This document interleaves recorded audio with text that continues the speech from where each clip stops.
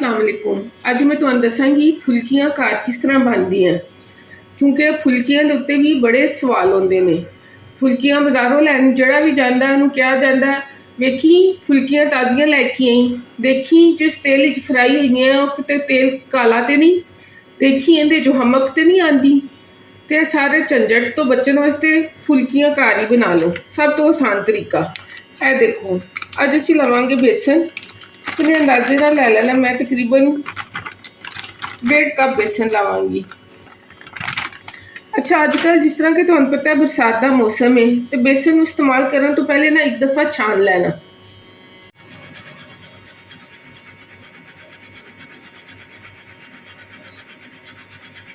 लो जी, बेसन छान के तो मैं इनू दोबारा बाउल विच पा लिता। तो यह बेसन दे विच ना थोड़ा जी ना नमक पावांगे। मैं अंदाजे नाल पानी हाँ, तुसी तकरीबन हाफ स्पून पा लेना। थोड़ा जिन्ना विच जीरा सूट लवांगे। ए लो जी, जीरा भी गया। तो हुण ना पानी लैके ना मिक्स करांगे। हाँ, थोड़ा जिन्ना अगर तुसी इहदे विच मिठा सोडा भी पाना चाहो तो वह भी पा सकते हो। थोड़ा मीठा सोडा भी चला गया। हुण इहदे विच पानी पाना है। पानी पा के तो तुसी इहनूं मिक्स करना है। पानी ध्यान नाल पाना, ऐ ना होवे कि तुसी लेवी बना लो। ऐ लो जी, बेसन हो गया जी तैयार। लेकिन जो तुसी बेसन मिक्स करोगे ना तो एक चीज़ का ख्याल रखना कि इन्हू ना गाढ़ा रखना, उन्हें पतला नहीं करना, उन्हें गाढ़ा रखना। तो दूसरी साइड से मैं कढ़ाई रख दी थी चूल्हे उत्ते, तेल गर्म हो रहा है। तो बस मैं थोड़ा जिदा मिक्स करांगी तो फिर मैं तुहानू दसांगी इहदियां फुलकियां असीं किस तरह बनाईए। फुलकियां बनाने वास्ते कोई भी तुहाडे घर इस तरह की कोई छाबी या कोई चंगेर जिहड़ी कि सुराखा वाली होवे वो इस्तेमाल करना। हुण इहदे विच मैं बेसन पावांगी। मैं तुहानू दिखानी हूँ मैं किस तरह के अंदर बेसन पावांगी। तेल इहदे वास्ते गर्म होना चाहिए। मैं बेसन पाया तो तुसी देखो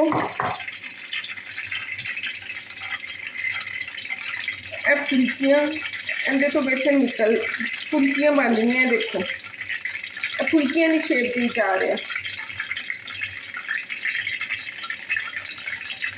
जो फुलकियां बनाना है ना, यह मेरी अम्मी जी ने मैंने सिखाया शादी तो बाद। उन्होंने मैंने सिखाया कि धीए इस तरह बननी है घर फुलकियां। बस जो दियाँ मैं फुलकियां सीखियां मैं कभी बाजार दियाँ इस्तेमाल नहीं कीतियां। जो बनाने घर बनाने फटाफट बन जांदियां। बस ये तेल गर्म है तो तुसीं इहदे पांदे जाओ।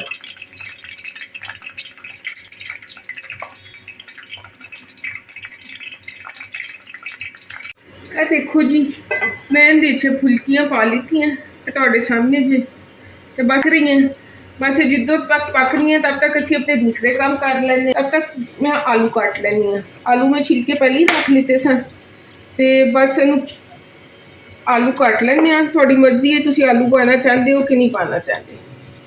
मैं आलू पानी हाँ। मैं इनू कट के ते आलूआं नू बॉयल कर लांगी।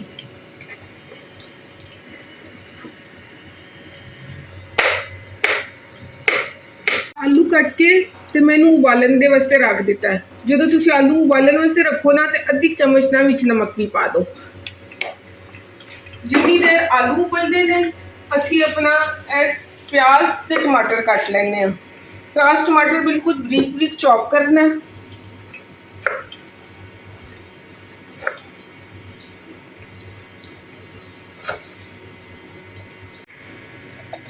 चलो प्याज कटते हुए मैंने ख्याल आया क्यों ना अजकल के जोड़े बच्चे ने उन्होंने एक छोटी जिनी गल की जाए। चलो बच्चों आ जाओ, लैन बना लो। बच्चों तुहानू सारिਆਂ ਨੂੰ मैं एक गल दसना चाहनी हाँ, माँ प्यो की इज्जत करा करो। माँ प्यो की गल नू बर्दाश्त करना सीखो। अजकल के बच्चों की एक बहुत बड़ी पैड़ आ गई है। वो कहते हैं असी सियाने हाँ। इहदे कोई शक नहीं बच्चों, तुसीं बहुत सियाने हो। लेकिन माँ प्यो है। माँ प्यो का निमुल बदल कोई नहीं है। ਹੁਣ ਤੁਹਾਡਾ ਮਾਪਿਓ ਤੁਹਾਡੇ ਕੋਲ ਹੈ ਵੇ, ਉਹਦੇ ਕੋਲ ਬੈਠੋ, ਉਹਨੂੰ ਟਾਈਮ ਦੇਵੋ, ਉਹਨਾਂ ਦੇ ਨਾਲ ਅੱਛੀਆਂ ਅੱਛੀਆਂ ਗੱਲਾਂ ਕਰੋ। ਫਿਰ ਜਦੋਂ ਮਾਪਿਓ ਖੱਪ ਜਾਂਦਾ, ਟੁੱਟ ਜਾਂਦਾ, ਚਲਾ ਜਾਂਦਾ, ਤੇ ਫਿਰ ਉਹਨਾਂ ਦੀਆਂ ਕਬਰਾਂ 'ਤੇ ਜਾ ਕੇ ਕਹਿੰਦੇ ਹੋ ਹਾਏ ਮਾਂ, ਹਾਏ ਮਾਂ। ਤੇ ਜਦੋਂ ਮਾਂ ਹੈਗੀ ਏ ਤੇ ਉਦੋਂ ਮਾਂ ਦੀ ਕਦਰ ਕਰ ਲਓ, ਤੇ ਜਦੋਂ ਮਰ ਖੱਪ ਜਾਂਦੀ ਹੈ ਉਦੋਂ ਤੁਹਾਨੂੰ ਮਾਂ ਯਾਦ ਆਉਂਦੀ ਹੈ, ਤੇ ਜਦੋਂ ਜ਼ਿੰਦਾ ਉਹ ਕੂਕਦੀ ਹੈ, ਚੀਖਦੀ ਹੈ, ਉਦੋਂ ਤੁਸੀਂ ਉਹਦੀ ਗੱਲ ਨਹੀਂ ਸੁਣਦੇ ਹੋ। ਦੇਖੋ ਸਾਡੀਆਂ ਪਕੌੜੀਆਂ ਹੋ ਗਈਆਂ ਜੇ ਇਸ ਕਲਰ ਦੀਆਂ, ਲਾਈਟ ਬਰਾਊਨ ਕਲਰ। 10 ਤੋਂ 15 ਮਿੰਟ ਤਕਰੀਬਨ ਇਹਦੇ ਵਿੱਚ ਤੁਸੀਂ ਪਾਣੀ 'ਚ ਭਿਓਣਾ। ਸਰਦੀਆਂ ਦੇ ਵਿੱਚ ਕੋਸਾ ਪਾਣੀ ਲੈਣਾ, ਕੋਸੇ ਪਾਣੀ ਦੇ ਵਿੱਚ ਭਿਓਣਾ। ਇਹ ਦੇਖੋ ਜੀ, ਇਹ ਸਾਡੀਆਂ ਪਕੌੜੀਆਂ ਹੋ ਗਈਆਂ ਜੇ ਤਿਆਰ। ਇਹਨੂੰ ਤੁਸੀਂ ਜਦੋਂ ਫੜ ਕੇ ਦੇਖੋਗੇ ਨਾ ਤੇ ਦੇਖੋ ਇਹ ਨਰਮ ਹੈਗੀਆਂ, ਤੇ ਹੁਣ ਤੁਸੀਂ ਇਹਨੂੰ ਪਾਣੀ ਦੇ ਵਿੱਚੋਂ ਨਾ ਕੱਢ ਲਓਗੇ ਬਾਹਰ। ਇਹ ਪਕੌੜੀਆਂ ਨੇ ਮੈਂ ਟੋਕਰੀ ਦੇ ਵਿੱਚ ਪਾ ਲਿੱਤੀਆਂ ਤਾਂ ਕਿ ਇਹਦੇ ਜਿਤਨਾ ਪਾਣੀ ਹੈਗਾ ਨਾ ਇਹ ਨਿਕਲ ਜਾਵੇ ਜੀ। ਹੁਣ ਆਲੂ ਵੀ ਹੋ ਗਏ ਨੇ, ਹੁਣ ਆਲੂਆਂ ਨੂੰ ਵੀ ਮੈਂ ਪਾਣੀ 'ਚੋਂ ਕੱਢ ਲਵਾਂਗੀ ਤੇ ਇਹਨਾਂ ਨੂੰ ਵੀ ਮੈਂ ਨੁਚੜਨ ਵਾਸਤੇ ਰੱਖ ਦੇਵਾਂਗੀ ਤਾਂ ਕਿ ਜਿਤਨਾ ਫਾਲਤੂ ਪਾਣੀ ਹੈ ਸਾਰਾ ਨਿਕਲ ਜਾਵੇ ਇਹਨਾਂ ਦੇ ਅੰਦਰੋਂ। ਇਹ ਲਓ ਜੀ, ਅਸੀਂ ਆ ਗਏ ਹਾਂ ਵਾਪਸ। ਹੁਣ ਸਾਰੀਆਂ ਚੀਜ਼ਾਂ ਹੋ ਗਈਆਂ ਨੇ ਤਿਆਰ। ਹੁਣ ਅਸੀਂ ਇਹਨਾਂ ਨੂੰ ਕਰਾਂਗੇ ਮਿਕਸ। ਤੁਹਾਡੀ ਮਰਜ਼ੀ ਹੈ, ਤੁਸੀਂ ਦਹੀਂ ਦੇ ਵਿੱਚ ਮਿਰਚ ਪਾਉਣਾ ਚਾਹੁੰਦੇ ਹੋ ਮਿਰਚ ਪਾ ਲਓ। ਮੈਂ ਇਹਦੇ ਵਿੱਚ ਚਾਟ ਮਸਾਲਾ ਪਾਉਂਦੀ ਹਾਂ। ਆਪਣੀ ਮਰਜ਼ੀ ਨਾਲ, ਆਪਣਾ ਜ਼ਾਇਕੇ ਦੇ ਹਿਸਾਬ ਨਾਲ ਤੁਸੀਂ ਚਾਟ ਮਸਾਲਾ ਪਾ ਲਓ, ਤੇ ਨਾਲ ਇਹਦੇ ਵਿੱਚ ਨਮਕ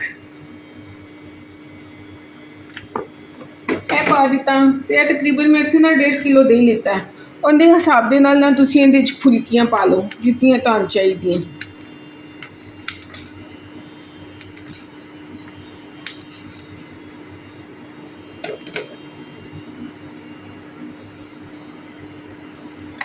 ਤੇ ਇਹਨੂੰ ਮਿਕਸ ਕਰੋ। ਪਕੌੜੀਆਂ ਪਾ ਕੇ ਇਹਨੂੰ ਅੱਛੀ ਤਰ੍ਹਾਂ ਮਿਕਸ ਕਰ ਲਓ। ਆਪਣੇ ਦਹੀਂ ਦੇ ਹਿਸਾਬ ਦੇ ਨਾਲ ਦੇਖ ਲੈਣਾ, ਅਗਰ ਤੁਹਾਨੂੰ ਲੱਗੇ ਕਿ ਤੁਸੀਂ ਥੋੜ੍ਹੀਆਂ ਹੋਰ ਪਕੌੜੀਆਂ ਪਾ ਸਕਦੇ ਹੋ ਤੇ ਤੁਸੀਂ ਹੋਰ ਪਕੌੜੀਆਂ ਪਾ ਲੈਣਾ। ਇਹਦੇ ਬਾਅਦ ਮੈਂ ਇਹਦੇ ਵਿੱਚ ਆਲੂ ਮਿਕਸ ਕਰਾਂਗੀ। ਇਹ ਮੈਂ ਪਾ ਦਿੱਤੇ ਜੇ ਆਲੂ। ਇਹਨਾਂ ਨੂੰ ਅੱਛੀ ਤਰ੍ਹਾਂ ਮਿਕਸ ਕਰ ਲਓ।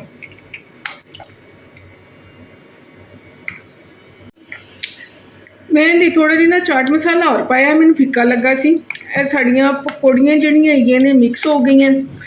ਬਾਸ ਜਗ੍ਹਾ 'ਤੇ ਲੋਕ ਇਹਨਾਂ ਪਕੌੜੀਆਂ ਕਹਿੰਦੇ ਨੇ, ਬਾਸ ਫੁਲਕੀਆਂ ਕਹਿੰਦੇ ਨੇ, ਮਰਜ਼ੀ ਇਹਨੂੰ ਕਹਿੰਦੇ, ਕੋਈ ਬੂੰਦੀ ਵੀ ਕਹਿੰਦਾ। ਹੁਣ ਇਹ ਸਾਡੀ ਤਕਰੀਬਨ ਦਹੀਂ ਫੁਲਕੀਆਂ ਹੋ ਗਈਆਂ ਜੇ ਤਿਆਰ।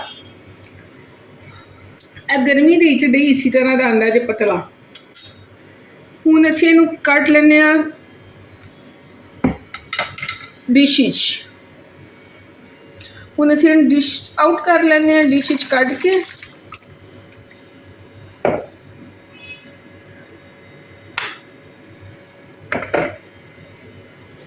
ਡਿਸ਼ ਵਿੱਚ ਕੱਢ ਕੇ ਤੇ ਉੱਤੇ ਤੁਸੀਂ ਨਾ ਇਹ ਪਿਆਜ਼ ਪਾ ਦਿਓ, ਟਮਾਟਰ ਪਾ ਦਿਓ। ਇਹ ਦੇਖੋ ਜੀ, ਖਿਲਾਰ ਦਿਓ ਜੀ ਸਾਰੇ ਅੰਦਰ ਡਿਸ਼ ਦੇ ਅੰਦਰ। ਤੁਹਾਡੀ ਮਰਜ਼ੀ ਹੈ, ਤੁਸੀਂ ਪੁਦੀਨਾ ਵੀ ਪਾਉਣਾ ਚਾਹੋ ਤੇ ਥੋੜਾ ਪੁਦੀਨਾ ਵੀ ਛਿੜਕ ਦਿਓ।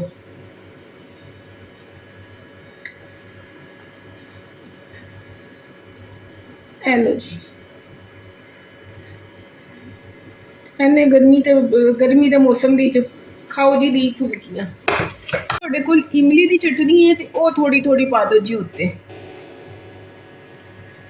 ਚਲੋ ਜੀ, ਇਹ ਸਾਡੀਆਂ ਹੋ ਗਈਆਂ ਜੇ ਦਹੀਂ ਫੁਲਕੀਆਂ ਤਿਆਰ।